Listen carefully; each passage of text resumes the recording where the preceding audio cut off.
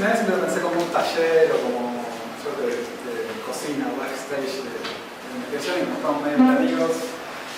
Algo ya está publicado, que medio lo presenté para ver si está, medio se está pasando de producción, digamos. Y algo que estamos empezando a trabajar con Adrian, que está muy embrionario. Empezamos a tirar líneas de un paper sobre eso y hicieron mucho más. Pero está como muy interesante. Pero bueno, este paper salió en mayo.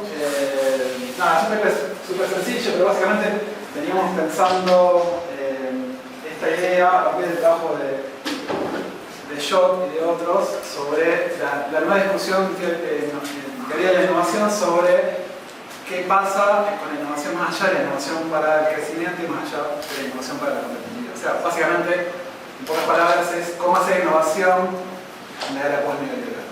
Y qué es lo que están tratando de pensar, ¿no? Hay todo un desarrollo teórico que yo distinguí ahí, en 3 etapas. Básicamente la innovación para el crecimiento, donde hay un papel preponderante del Estado, innovación pública, toda la de 50, 60, hasta la que empieza el consenso neoliberal, y esa idea de innovación para la competitividad, que bueno, ya sabemos todas las implicancias que tiene, las universidades, el sector público de investigación, el ascenso de las patentes como indicador de innovación, la venta de servicios, las consultorías, el cambio de la agenda de investigación y básicamente el cambio de foco de innovación del Estado, de la innovación pública hacia la empresa. Y eso es lo que sucede, lo que ha sucedido, lo que sigue sucediendo, y eso es lo que yo llamo el segundo marco. Y dice, bueno, lo interesante es, yo de Timur, y me parece que lo que más nos interpela del paper, es que, bueno, esto está acabado. ¿Por qué está acabado? Porque no alcanza con este tipo de innovación orientada por las empresas para resolver las crisis estructurales que enfrentamos, las crisis globales. En primer lugar, la crisis climática, pero también la crisis de desigualdad, los problemas de democracia, se meten todos en un paquete, son crisis globales.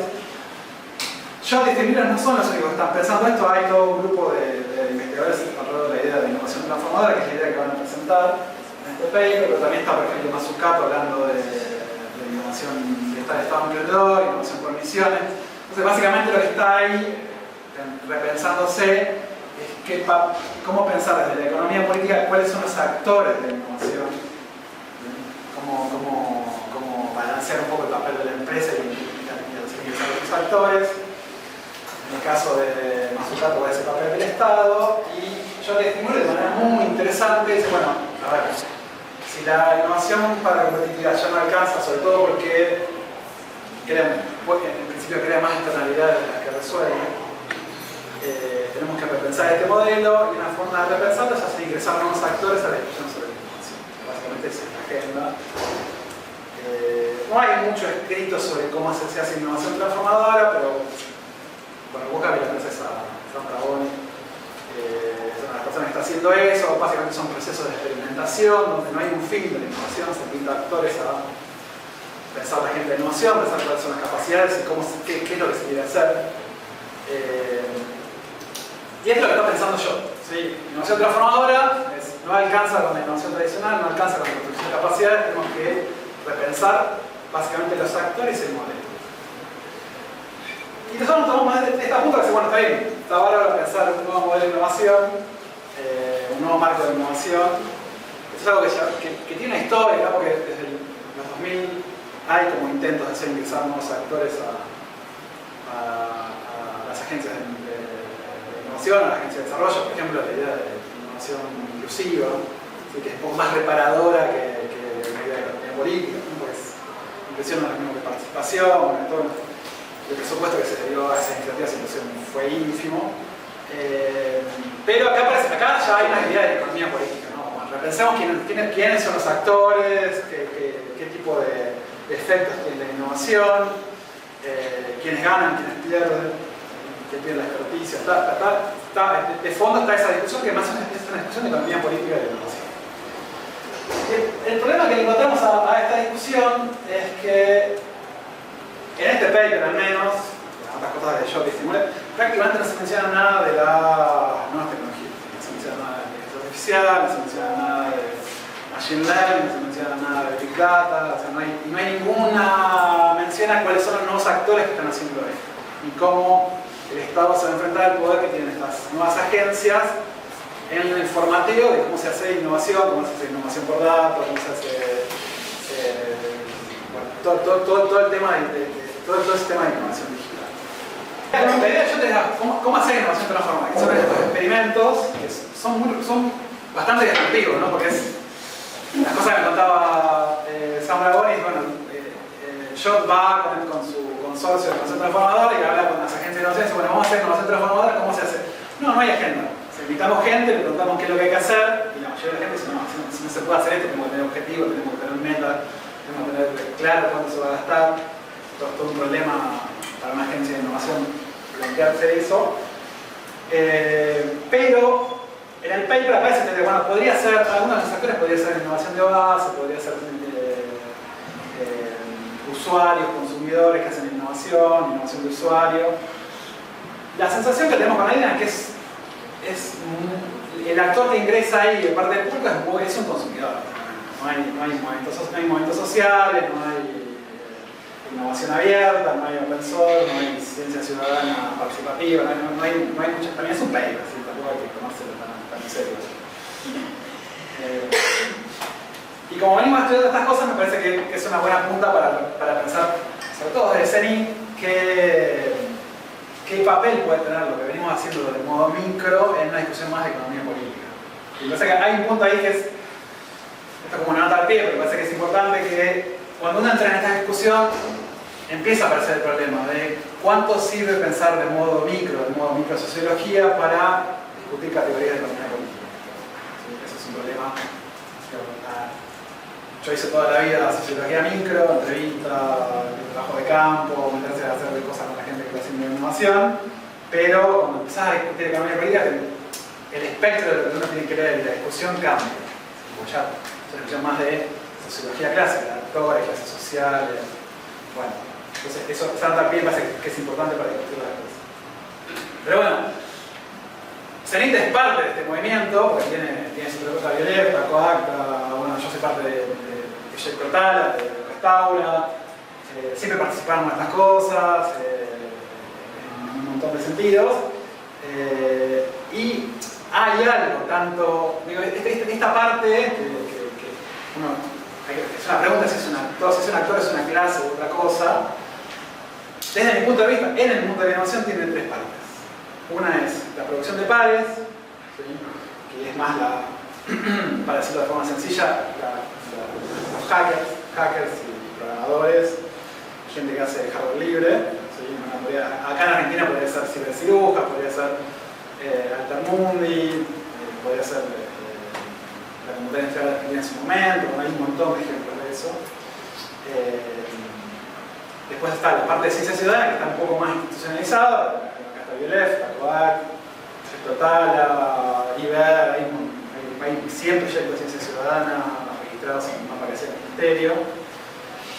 Y después hay una parte más ligada a las empresas, que es innovación abierta para empresas, que eso existió, se fue desarrollando, es una idea que viene antes del software abierto, esa con Xerox Palo Alto, en la literatura.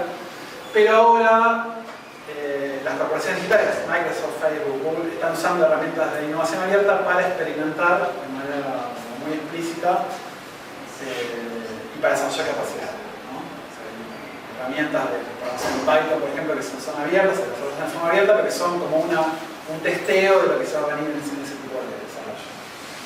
Entonces, esas tres partes nos dicen algo sobre qué tipo de actor tenemos que pensar a la hora de discutir ese modelo de innovación. ¿Por qué nos dicen algo? Bueno, al principio hay una pregunta por la escala. O sea, si uno piensa, que esto, bueno, es medio repetido, ¿no? Pero está bueno pensarlo en términos lo más gráfico posible. Cuando uno piensa en los proyectos científicos más grandes, como no sé, el acelerador de partículas que está en Suiza, proyectos de genoma humano, esos son proyectos que tienen 10.000, 15.000 científicos, como mucho. Cuando uno habla de IBER, de Naturalis, son proyectos que tienen 100.000, 300.000 colaboradores, 1 millón de colaboradores. Linux tiene 30.000 colaboradores, Wikipedia tiene 130.000 colaboradores, o sea, son un montón de gente con un montón de capacidades súper diversas. Que al mismo tiempo es muy difícil de gestionar por una institución que no tenga capacidad sobre cómo hacer gestión de proyectos abiertos. Hay toda una cosa ahí de cómo se gestiona eso, qué tipo de forma de organización tiene, eso interviene. Y también hay un tema de participación. Me parece que es interesante que cuando uno habla de ese tipo de participación, primero son actores que no son súper diversos, tienen capacidades muy diversas, experiencias muy diversas. Y hay algo ahí, bueno, esta pregunta viene de Kelty, ¿no? del libro de Participant, que es muy crítico, es un tipo que viene haciendo antropología sobre código abierto, sobre software libre. Pero Kelty dice, tiene esta pregunta muy popular, que todavía no sabemos qué significa la participación. Tratamos de pensar en términos de eficiencia, tratamos de pensar en términos de creatividad, pero hay algo que se produce cuando armamos un taller, cuando armamos un ejercicio participativo que es mucho más que todo eso, y que no es la suma de esas partes, que tiene que ver con la construcción de comunidad, con la construcción de clase social, con la construcción de valores, que no está captado en la forma de medir que tienen las instituciones cuando hacen algo de participación. Y estoy seguro que Anne entiende mucho más de ese lado que del lado de cómo organizan las instituciones, pero eso es un problema cuando uno quiere traducir a las instituciones. ¿Qué significa la participación? Si no entendemos qué significa la participación en esos términos, no podemos promoverlo o hacer política desde la institución. Eso es claro.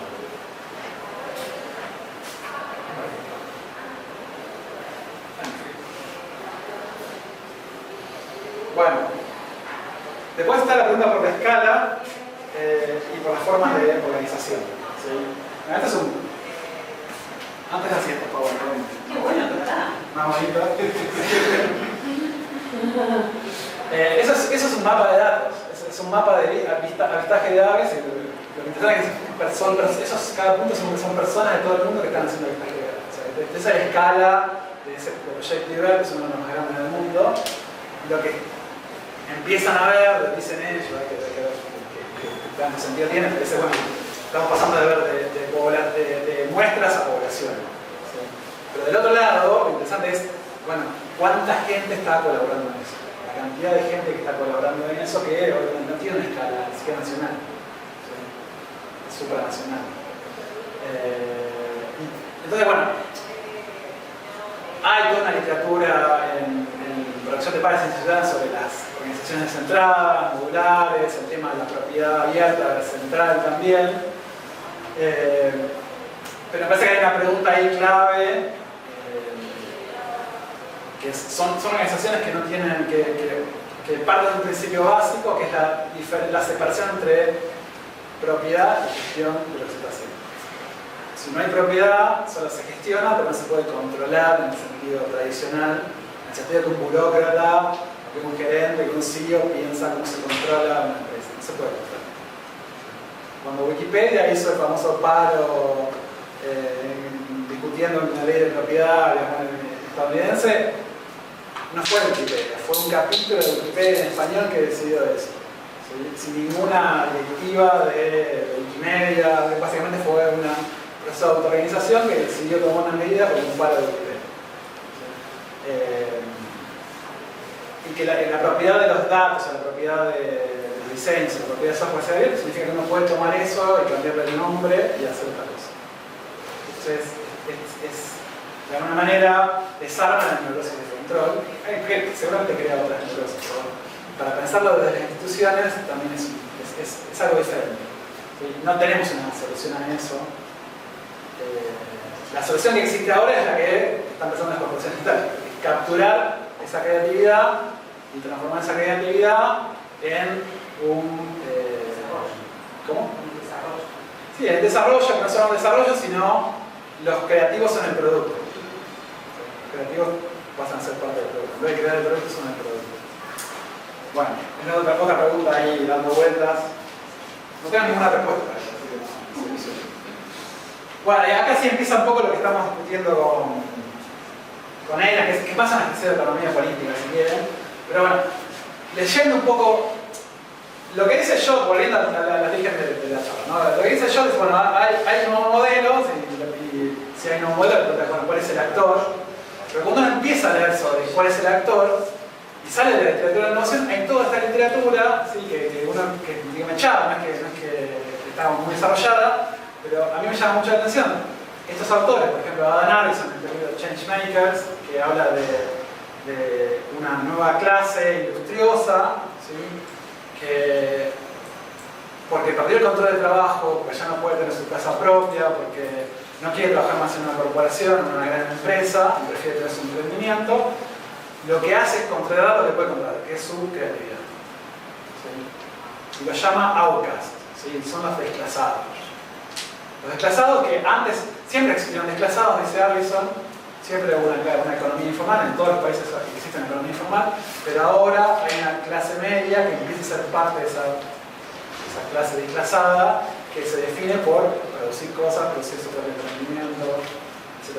Y Arison reconoce, bueno, eso, una de las razones para que esto surja con tanta fuerza es que están usando herramientas de producción local.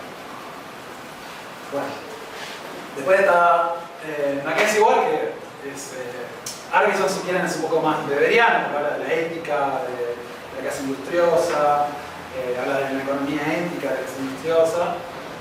Mackenzie Ward es un poco más marxista porque habla de lucha de clase, de conciencia de clase, y dice, bueno, en la economía digital hay dos clases. Hay una clase vectorista, que son las corporaciones digitales y la gente que trabaja ahí, que lo que hace es canalizar la creatividad ajena, y la clase hacker, que se dedica a producir contenido, a producir información, a producir papers, a producir documentales, a producir películas, a producir libros. O sea, si la clase trabajadora tenía que producir tantas cosas antes de determinado tiempo, la clase hacker tiene que crear todo el tiempo.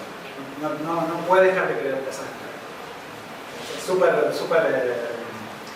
muy bueno para definir las cosas. Perdón, ¿puedes volver a repetir? La clase trabajadora tiene que producir determinada cantidad de cosas antes del tiempo.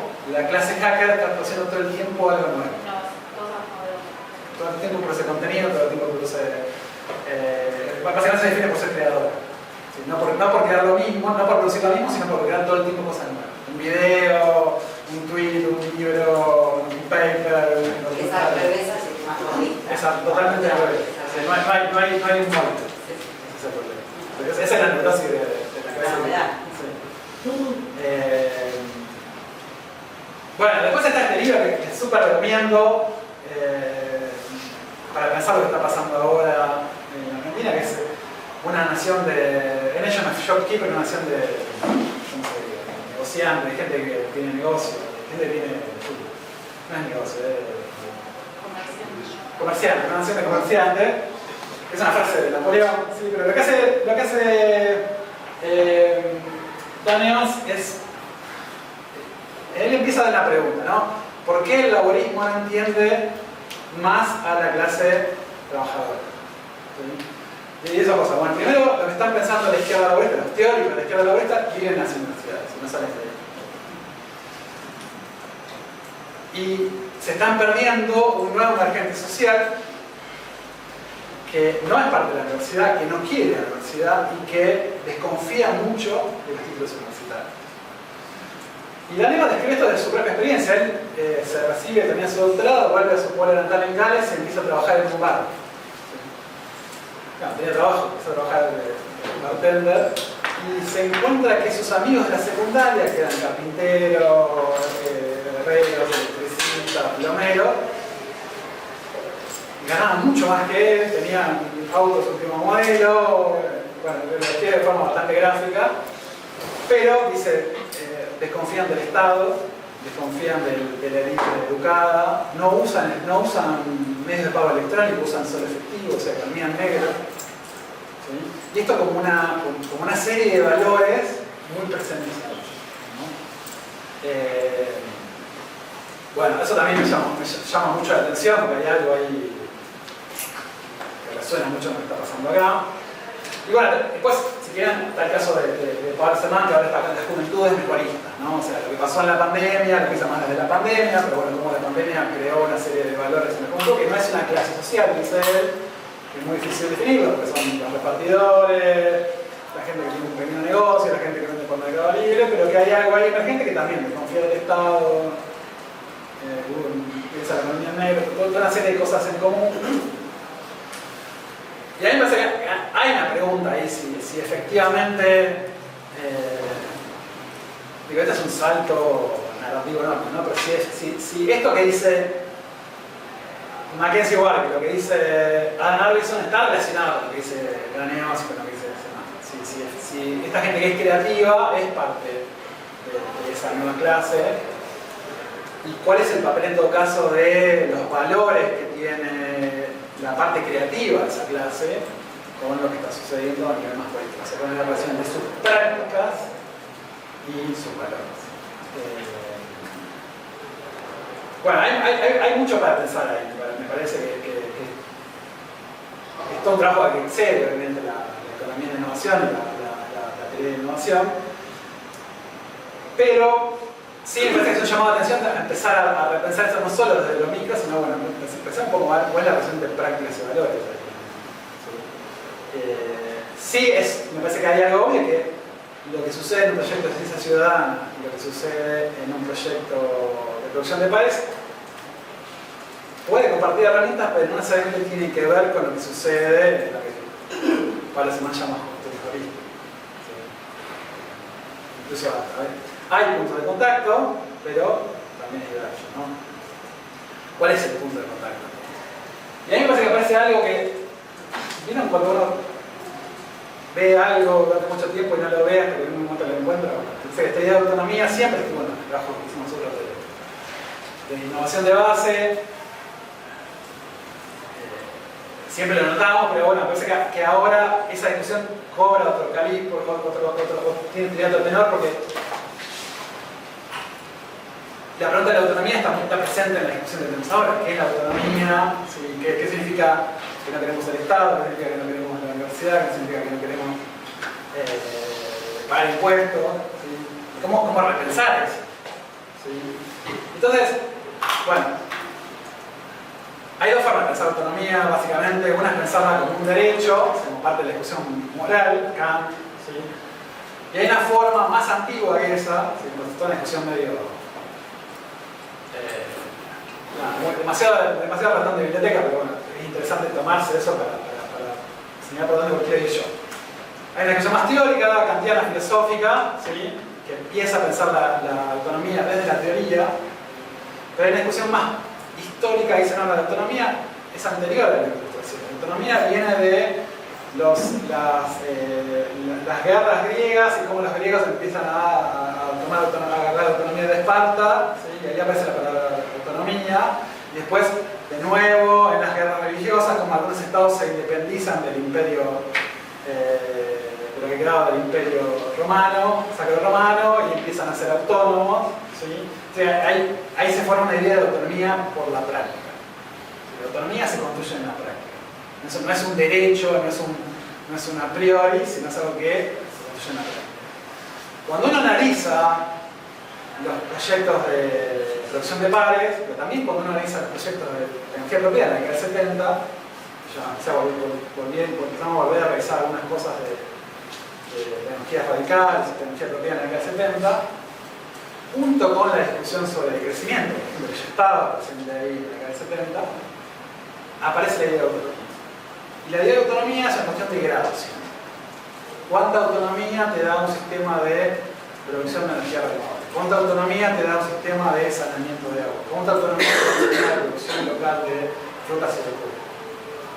¿Cuánta autonomía se puede crear en las organizaciones y hasta qué punto se puede llevar esa autonomía? Y eso tiene, después hay como paroxismos, ¿no? De experimentos de construir organizaciones que son totalmente autónomas de la atmósfera, ¿sí? Básicamente como una calle invertida, ¿no? Pero esa discusión está presente y por lo que se ve hasta ahora siempre es una cuestión de grado, ¿no? Es una cuestión de qué autonomía se puede lograr en base a las prácticas y las capacidades que tenemos. Y eso obviamente está presente también en la discusión de la producción de pares, no tanto que sea en ciencia ciudadana, pero sí en la producción de pares, incluso cuando uno, no sé, lee Manifiesto Goya, está presente, cómo lograr autonomía, cómo no depender de las empresas que venden equipamiento científico, cómo construir tu propio instrumento, cómo construir tu propio sensor, incluso cómo empezar a desarrollar microchips. Toda esa discusión siempre está presente. Es una discusión sobre capacidades, sobre tecnología, sobre capacidades. Y esto se opone en la literatura sobre innovación a la idea de tecnología autónoma. ¿Sí? La idea de Wiener, pero también de Lull, toda esa literatura, que bueno, esto da para una clase aparte, para una charla aparte, pero hay alguna literatura que dice, bueno, la idea de autonomía reaparece con la ilustración y cuando reaparece con la ilustración es una autonomía, es una visión positiva de la autonomía. El ser humano va a ser autónomo, va a poder construir sus instituciones, va a poder vivir en democracia, bla, bla, bla. En el siglo XIX empieza a aparecer una idea más pesimista de la autonomía, ¿sí? De la que Marx en parte, de forma ambivalente, es parte, porque al mismo tiempo que pide autonomía, entiende que hay alienación, ¿sí? Bueno, Rubin y Weber, ya sabemos toda la historia esa. Pero en la década del 60 empieza a aparecer esta idea que para los que estudiamos CTS es como lo opuesto, que es la idea que las tecnologías son autónomas. ¿Sí? Y que ahora reaparece, ¿no? O sea, no podemos hacer nada contra la inteligencia artificial, pues es autónoma. O sea, es autónoma, nos va a dominar, no se puede hacer nada, no se puede cambiar, no se puede controlar, no tenemos ninguna opción frente a eso. Entonces, ¿quién la fabrica? ¿Quién decide cómo es? ¿Sí? Ahora, eso también hay un problema ahí. Es otro problema parecido de la microsociología, de la economía política, que es, hay una parte de las ciencias sociales que se olvidó de pensar la autonomía en relación con la tecnología. Y que cuando piensa en la tecnología, piensa que la tecnología es algo independiente, determinista, etcétera, etcétera, etcétera. Y no piensa en capacidad, no piensa en la posibilidad de construir tu propia tecnología, no piensa en el hecho de construir una tecnología. ¿Sí? Bueno, hay toda una falencia ahí que no sucede en CERNIN, no sucede en el IEC, no sucede en el ámbito CTS, no sucede en la economía de innovación. Si uno va a hablar a un sociólogo clásico, pasa eso. ¿Sí? Y eso nos quita la posibilidad de pensar la autonomía de forma práctica, no de forma teórica. Ahora, de nuevo, regresando un poco a las cosas de autonomía, discusiones de autonomía, hay un reader de autonomía donde no aparece nunca la palabra tecnología, pero sí aparecen ideas como autonomía cognitiva, ¿no? La posibilidad de pensar de manera diferente. ¿Cómo puedes pensar de manera diferente si no puedes crear otra cosa? ¿Cómo puedes pensar si no tienes herramientas para pensar? ¿Cómo puedes pensar si no puedes desarrollar tu propia tecnología, si no puedes desarrollar tus propias herramientas? Bueno, parece que hay algo ahí que la relación de materialidad y autonomía que hay que recuperar. Y también por último, ya con esto cierro, digamos, estas son todas ideas que están en desarrollo, son súper embrionarias, para discutir, no estoy seguro de nada de esto. Me parece que hay algo interesante ahí en la relación entre autonomía y libertad. ¿Sí? Porque la idea de libertad es parte de la producción de pares, las famosas 4 libertades del software libre. ¿Sí? La producción de pares tiene la misma, o sea, esta idea de que no queremos Estado, no queremos burocracia, no queremos que nos digan lo que tenemos que hacer, no la inventó lo más, inventaron los hackers en la década de los 70 y 80. Pero esa idea de libertad no es la idea de que queremos libertad para poder consumir lo que queremos, es la idea de libertad para poder producir lo que queremos, es la idea de libertad para desarrollar nuestras propias capacidades, para que no nos digan lo que tenemos que hacer. O sea, libertad es libertad, no tengo que trabajar en una empresa que tengo un jefe que me diga lo que tengo que hacer. Puedo hacer lo que yo quiero porque yo tengo la capacidad para hacerlo. Es una autonomía además de la práctica, no es una libertad para consumir. Eso también me parece que resuena con un montón. Y me parece que es una forma de separar un poco la discusión, ¿no? Una cosa es pensar la economía política, o sea, pensar la libertad del consumismo, y otra es pensar la autonomía desde la construcción de capacidad. De nuevo, volviendo a cuáles son los actores, me parece que ahí sí hay una vuelta interesante a la ciencia ciudadana, a la producción de pares, bueno, que estos grupos están cultivando ideas de autonomía, ideas de capacidad, y también están cultivando algún tipo de relación con el Estado, que es interesante para pensar. Pero bueno, de nuevo, todo. Es para que te digo largo y nada, son bienvenidas las preguntas. Gracias.